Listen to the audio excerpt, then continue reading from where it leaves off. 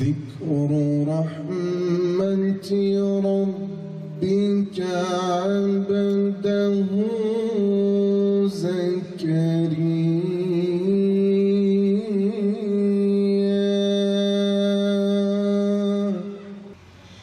يرثني ويرث من آل يعقوب.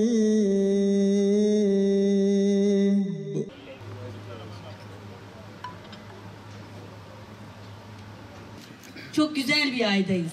Ayların sultanındayız. Ve Ramazan ayının fevzi, bereketi, rahmeti şehrimizin, Gazi şehrimizin ve siz kardeşlerimizin hep birlikte üzerine olsun diyorum. Bu davetimize icabet edip geldiğiniz için, bu kardeşlik sofrasını bizimle paylaştığınız için hepinize çok teşekkür ediyor. Hoş geldiniz, sefalar getirdiniz diyorum. Ramazan'ın 15'indeyiz. Artık ortasındayız ve bir ayı tamamlayacağız. Başı rahmet, sonu cehennem azabından kurtuluş. Bir taraftan açlığı hissediyoruz, yokluğu, yoksulluğu hissediyoruz. Veren elin alan elden üstün olduğunu, komşusu açken tok yatan bizden değildir anlayışının ne kadar önemli olduğunu bütün yüreğimiz hissediyoruz. Bir taraftan Ramazan büyük bir mektep. İyiliğin, kardeşliğin, güzelliğin öğretildiği, bütün kötülüklerin kapısının kapandığı önemli bir aydayız. 11 ayın sultanının bu güzel manevi ikliminin bütün aylara yayılmasını diliyoruz. Hele bu coğrafyada, hele bu şehirde, hele bu bölgede bu çok daha mühim. Çünkü kardeşlik hukukunu güçlü bir şekilde tutmamız gerekiyor. Coğrafya kaderdir diyor İbn Haldun. Bu coğrafyada bizim birbirimize kardeşlik hukukunu safları sıklaştırarak geliştirmemiz, daha güçlü, daha iri, daha diri olmanın yolunun birlikten ve beraberlikten geçtiğini biliyoruz. Ramazan da tam bunu tesis ediyor. Birliğin, beraberliğin, rahmetin ayı. O yüzden çok zor bir dönemi hep birlikte geçirdik. Bu zor dönemde, en zor şartlarda çok önemli sınavları hep birlikte geçirdik.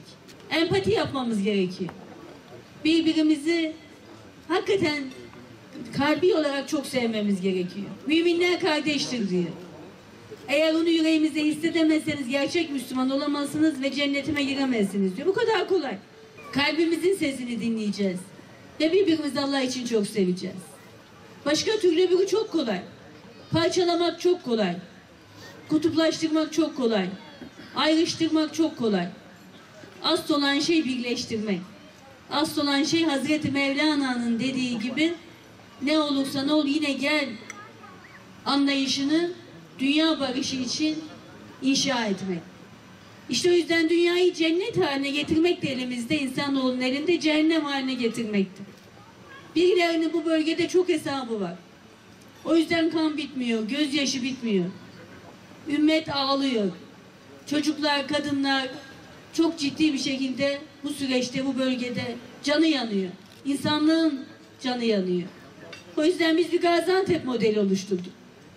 Bu model kardeşlik modeli. Birbirini kalbi sevme modeli.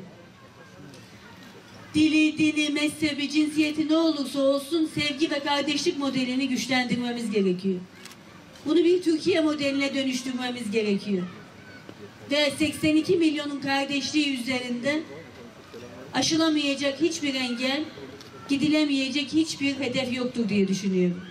Siz kardeşlerimden, bugüne kadar verdiğiniz bütün desteklerden dolayı, en zor anımızda, en sıkıntılı zamanda, arkamıza döndüğümüz zaman gördüğümüz kardeşlik hukukundan dolayı Allah sizden razı olsun diyorum. Hepinize çok teşekkür ediyorum. Çocuklarımızda bu bastığımız toprakları ne kadar mühim olduğunu, ne kadar kıymetli olduğunu anlatmanın yolu da gene bizim birbirimizi sevmemiz. Kardeşliğimiz. Birbirimizi Allah için sevip Çocuklarımıza daha güzel bir dünya, daha güzel bir ülke, daha güzel bir şehir bırakmak durumundayız. Birbirimize ihtiyacımız var. Eğer ucundan tutarsak Allah yardım ediyor. Allah rahmetini ve bereketini veriyor. Allah'ın izniyle 31 Mart'tan sonra yeni bir dönem başladı. Önümüzde koca bir 5 yıl var. Aslında hele sayılı gün çabuk geçer derler. 2023 yarın. Cumhuriyet'in 100. yılı. Çok hedefimiz var. Ortak hedefimiz var. Partimiz ne olursa olsun, yaşam şeklimiz ne olursa olsun, dünyanın 10. ekonomisi olma hedefi var. Hepimizi çok heyecanlandırıyor. Bu hedefe ulaşmamamız için de her türlü engel var. Her türlü engelle karşı karşıya kalıyoruz. O yüzden korkaklar zafer anıtı dikemez diyorum. Sizlerle birlikte bu ülkenin, bu şehrin güzelliğinin zafer anıtını dikelim. Kardeşliğinin zafer anıtını dikelim. Yazılı ve görsel basın mensuplarıyla sorunlarımız sorununuz, çareniz çaremiz, geleceğiniz geleceğimiz deyip zaferimizi hep birlikte müjdeleyelim diyor. Geldiğiniz için, bu kardeşlik sofrası için hepinize çok teşekkür ediyorum. Ailelerinize selamlarımı iletiyorum.